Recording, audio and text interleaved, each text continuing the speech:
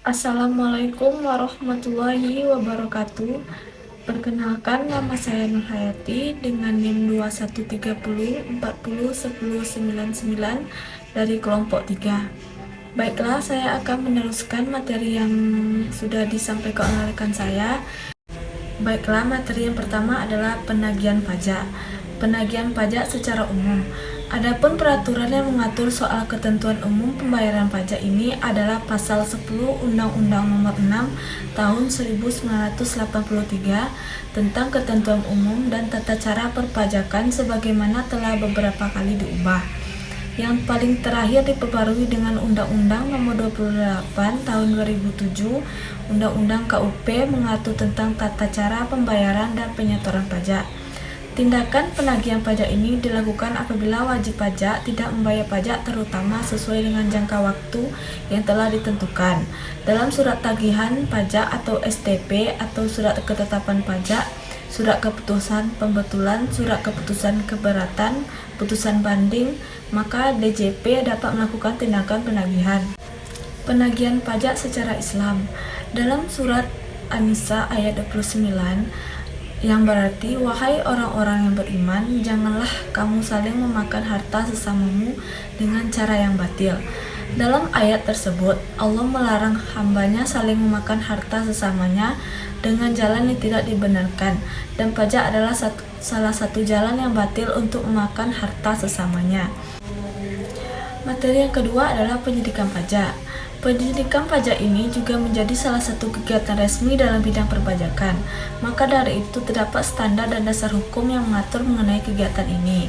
Berikut dasar hukum pelaksanaan kegiatan penyidikan pajak. Undang-Undang Nomor 6 pada tahun 1983. Dasar hukum terkait pelaksanaan kegiatan penyidikan pajak secara resmi diatur dalam Undang-Undang KUP atau Undang-Undang Ketentuan Umum dan Tata Cara Kegiatan Perpajakan. Secara khusus diatur dalam Pasal 1 dan Ayat 31. Yang kedua adalah Undang-Undang Nomor 28 pada tahun 2007. Selain itu, ketentuan mengenai kegiatan penyidikan pada pajak juga diatur dalam undang-undang ini, tepatnya pada Pasal 43A sampai Pasal 44D. Dalam pasal ini menerangkan adanya kegiatan penyidikan pajak yang bertujuan untuk kelancaran penerimaan negara dari wajib pajak. Yang ketiga, Undang-Undang Nomor 11 pada tahun 2022. Selanjutnya terdapat Undang-Undang Cipta Kerja yang di dalamnya memuat mengenai aturan dan dasar penyidikan pajak tersebut. Dijelaskan bahwa penyidikan pada pajak ini termasuk salah satu proses keberlangsungan dari hasil pemeriksaan pajak, di mana hal ini dilakukan untuk tujuan penerimaan bukti lanjutan dari bukti permulaan yang akan digunakan untuk membuktikan adanya tindak pidana dalam bidang perpajakan. Selanjutnya, materi yang ketiga adalah kesadaran pajak. Beberapa hal yang menyebabkan rendahnya kesadaran membayar pajak adalah ketidaktahuan masyarakat bagaimana alur pendistribusian pajak, pemikiran masyarakat yang apatis dengan pemerintahan, serta isu praktis penyalahgunaan dana oleh pemerintah.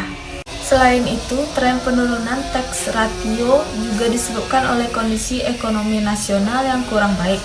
Meski demikian, faktor rendahnya pemahaman pajak merupakan penyebab utama dari apa saja yang menyebabkan rendahnya kesadaran masyarakat membayar pajak.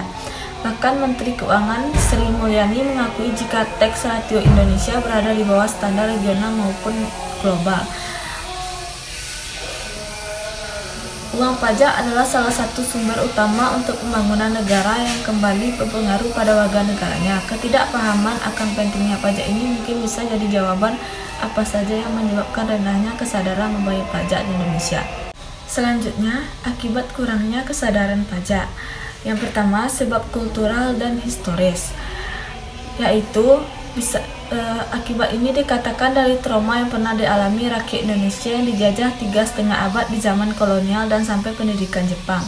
Yang kedua, kurangnya informasi dari pihak pemerintah kepada rakyat, yaitu penyuluhan dari informasi dari pemerintah kepada wajib pajak tentang peran pentingnya pajak bumi dan bangunan untuk bangsa dan negara masih rendah. Yang ketiga, psikologis. Secara psikologis, tidak ada seorang pun yang ingin berpisah dengan uang hasil jerih payahnya jika memang dimungkinkan. Terima kasih. Assalamualaikum warahmatullahi wabarakatuh.